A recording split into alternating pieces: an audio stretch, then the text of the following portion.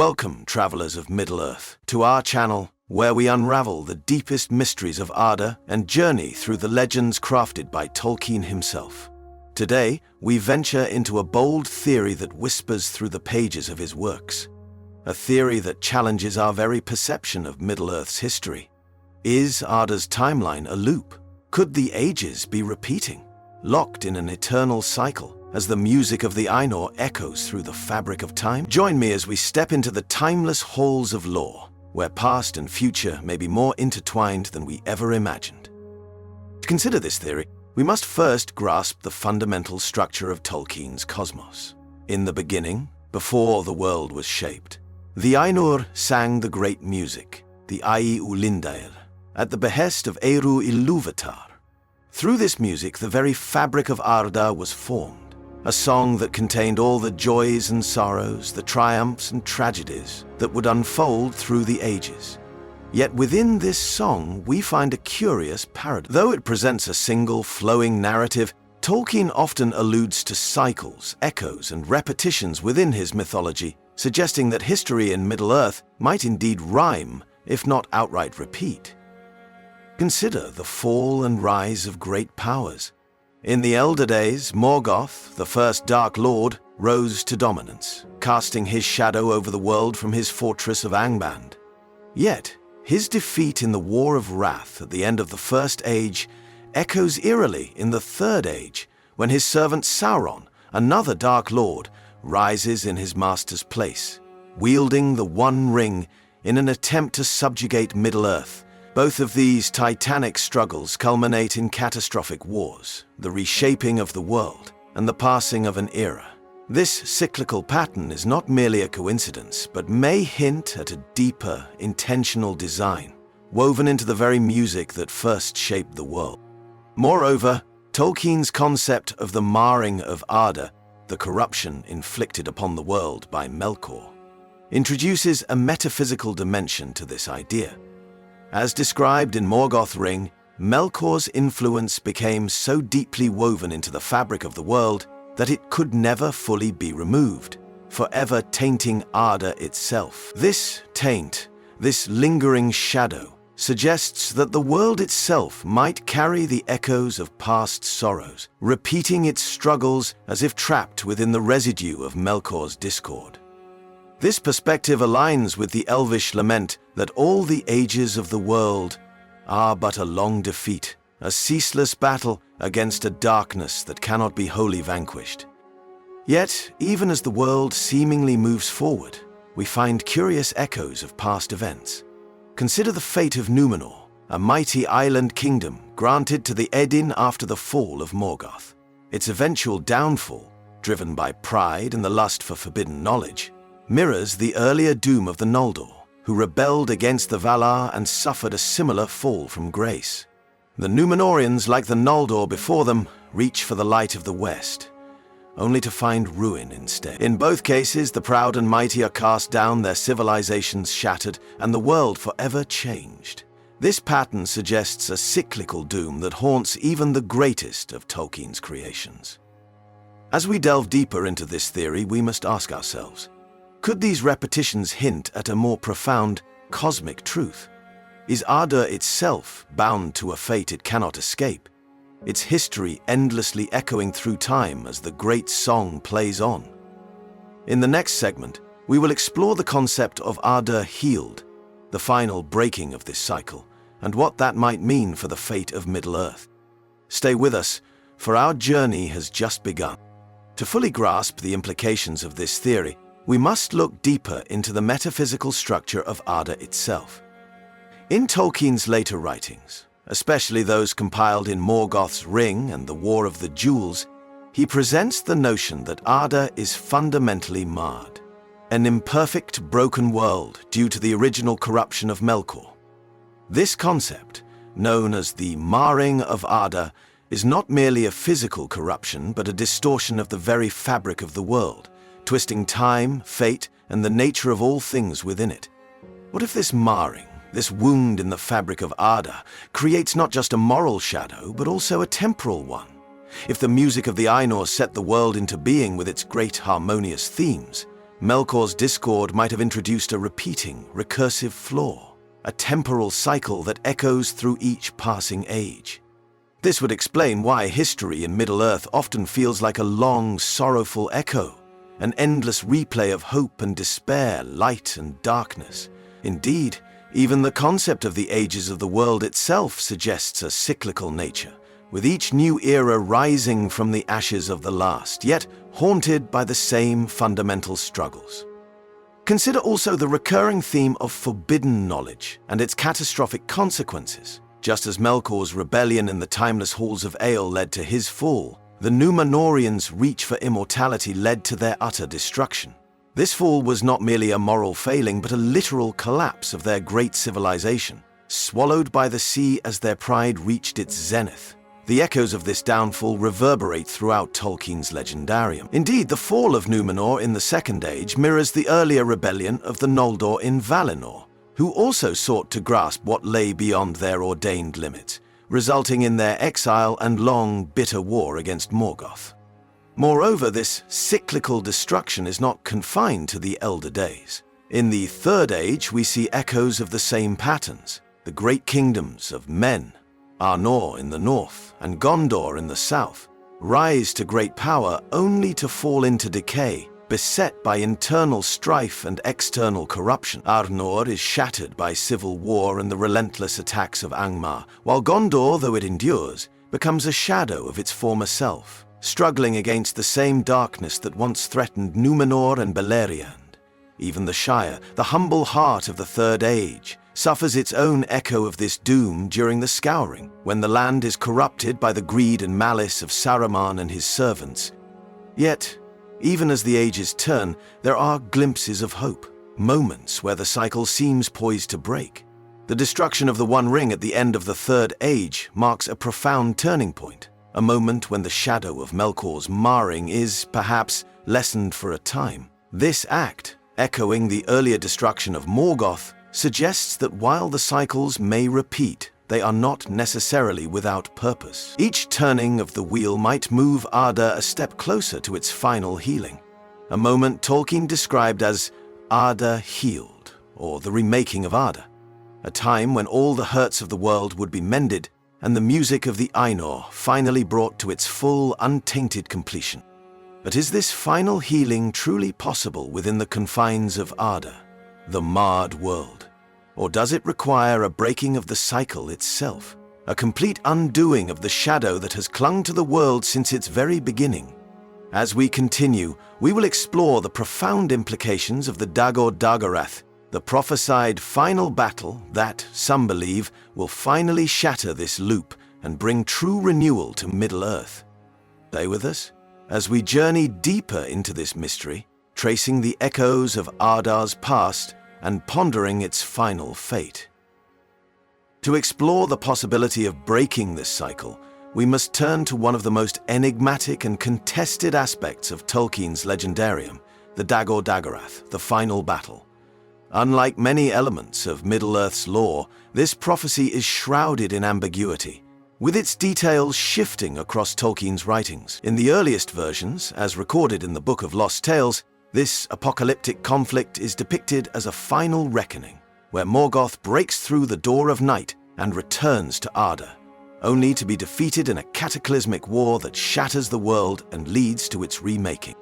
This concept resonates deeply with the idea of a timeline loop, for it suggests that Arda itself, marred and tainted by the discord of Melkor, can only be truly healed through a final, world-ending confrontation. In this interpretation, each age is but a prelude to this final, decisive conflict, a gradual build-up to the moment when all wrongs will be righted and the echoes of past tragedies forever silenced. Yet, as Tolkien's vision of Middle-earth evolved, the certainty of this final battle became more complex, even doubtful. In later writings, including Morgoth's Ring and the War of the Jewels, Tolkien seems to shy away from this definitive, mythic ending. Instead, he presents the idea that the fate of Arda remains uncertain, that the music of the Ainur, though initially set, still contains room for the unexpected. Free will, both for elves, men, and even the Ainur themselves. creating the potential for true change within the world. This shift in Tolkien's thinking introduces a fascinating tension into the question of whether Arda's timeline is truly a loop or a more complex spiraling journey. If the Dagor Dagorath is not an inevitable conclusion, then the ages might indeed repeat, each echoing the struggles of the last, but with the possibility for a final transcendent break from this pattern. This aligns with Tolkien's deeply Catholic worldview, in which even the darkest of times can be redeemed, and hope endures beyond the confines of fate. Moreover, this interpretation may also explain why the elves, who are bound to the fate of Arda itself, often speak of a long defeat, a recognition that their struggle against the shadow is endless, save for some final, world-altering event. This echoes the fate of the Númenóreans, who, despite their tragic fall, left a legacy that would rise again in the form of the kingdoms of Gondor and Arnor, only to decline once more as the ages passed.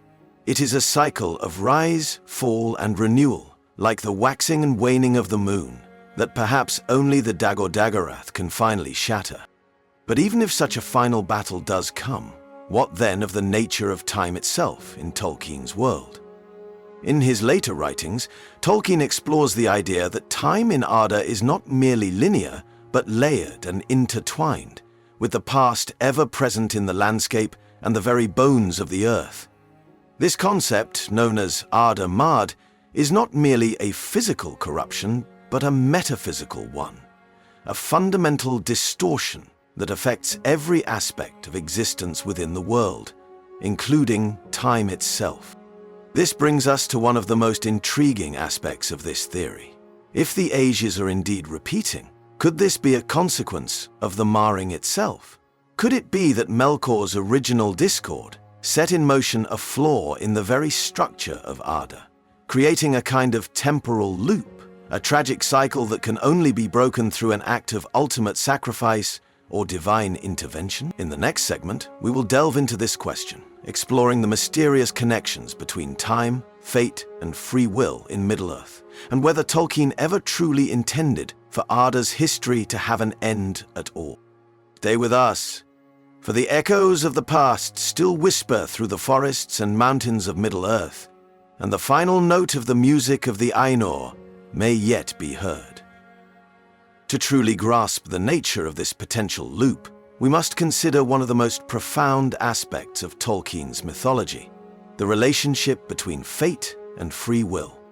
This dynamic is central to the unfolding of history in Middle-earth and is perhaps best captured in the Athrabeth Finrod ar Andreth, a philosophical dialogue included in Morgoth's Ring. In this deeply moving text, the elven king Finrod Felagund speaks with the mortal wise woman Andreth about the nature of death, the destiny of men, and the fate of Arda itself. It is here that Tolkien hints at a possible future where Arda is not merely healed but remade, purged of all shadow and suffering, a state referred to as Arda healed. In this conversation, Andreth reveals a hidden hope, a whispered belief among some of her people that the one, Eru Ilúvatar, might one day enter into his creation to set all things right, undoing the marring that Melkor wrought. Finrod, in turn, speaks of the Eldar's dim and distant hope that one day the music of the Ainur will be renewed, and the discord of Melkor made right, transforming even the darkest notes into a greater, more beautiful harmony. This vision of ultimate redemption, though fraught with uncertainty, offers a glimpse of what the end of the cycles might look like. An Arda reborn, where the echoes of past sorrows are transformed into notes of enduring joy. Yet, this notion of Arda healed presents a paradox. If the timeline of Arda is indeed a loop, then this final world-changing moment must somehow break the cycle itself.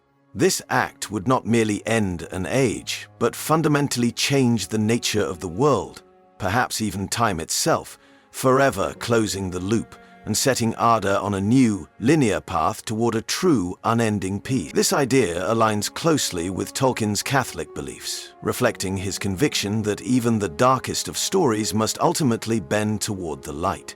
It is a hopeful vision, one that holds that the very fabric of the world can be transformed, not just repaired but renewed in its deepest essence. But there is also a darker possibility, one that echoes the grim musings of the elves who remain in Middle-earth long after their time has passed. What if this cycle is not merely a product of Melkor's marring, but an inherent part of Arda's design, a reflection of the flawed yet beautiful nature of creation itself? What if the repeating ages are not merely echoes of past mistakes, but a deliberate, perhaps even necessary, part of the world's unfolding story? This perspective introduces a haunting question. Is the fate of Middle-earth to forever repeat its history, with each new age merely a rephrasing of the same tragic themes? Indeed, this idea resonates with the elves' own fate, bound as they are to the circles of the world.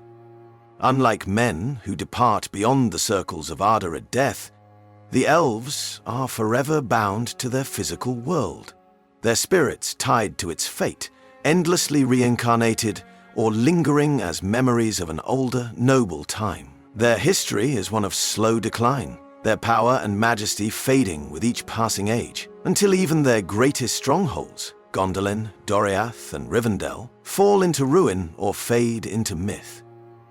It is a mournful, cyclical existence, a long defeat that echoes the larger cycles of Arda itself. In the end, this theory of a repeating timeline forces us to confront one of the most profound and unsettling aspects of Tolkien's world, the possibility that history, like the music of the Ainur itself, may never truly end, but merely shift and transform, forever repeating its themes as long as Arda endures. But, as we have seen, there is also the hope of a final breaking of this cycle. A moment when the echoes of past sorrows are finally stilled, and the music of the Ainur is sung anew, free from shadow and loss. In the final segment, we will explore what this ultimate transformation might mean for the world of Middle-earth, and whether Tolkien himself ever fully resolved the tension between cyclical time and ultimate redemption.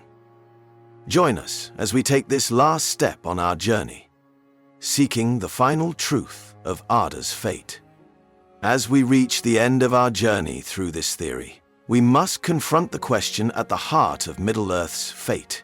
Can the cycle truly be broken, or is Arda forever bound to repeat its sorrows and triumphs? To answer this, we must look beyond the texts themselves to the mind of their creator.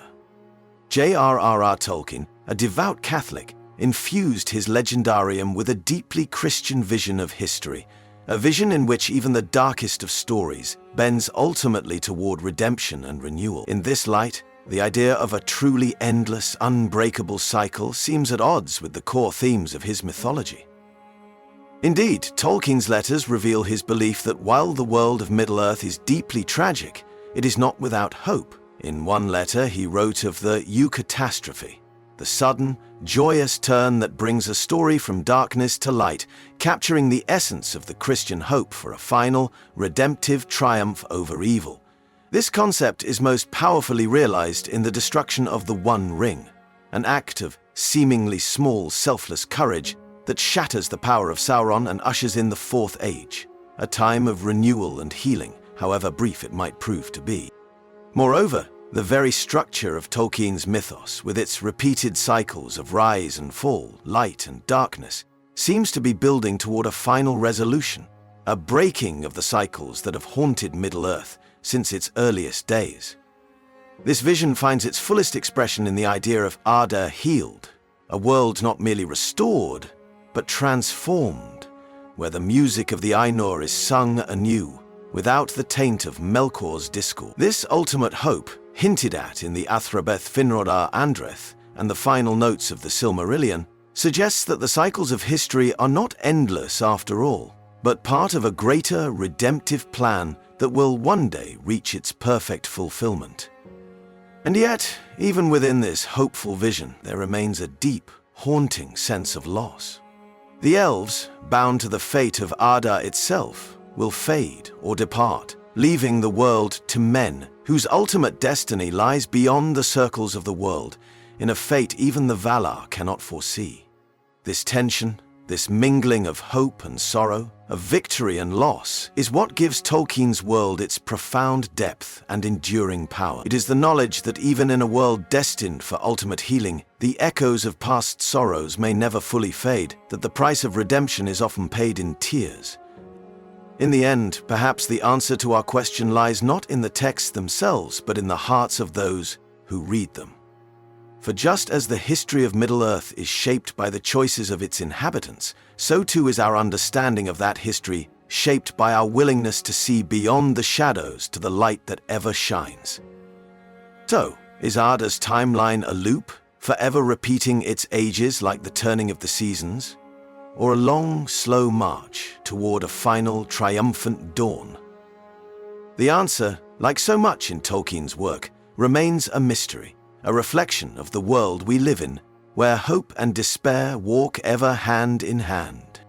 Thank you for joining us on this journey through the depths of Middle-earth's history. If you've enjoyed this exploration, please consider subscribing for more deep dives into Tolkien's legendarium. Until our next journey together, may the stars shine upon your path, and may you find light in the darkness, wherever your road may lead. Farewell.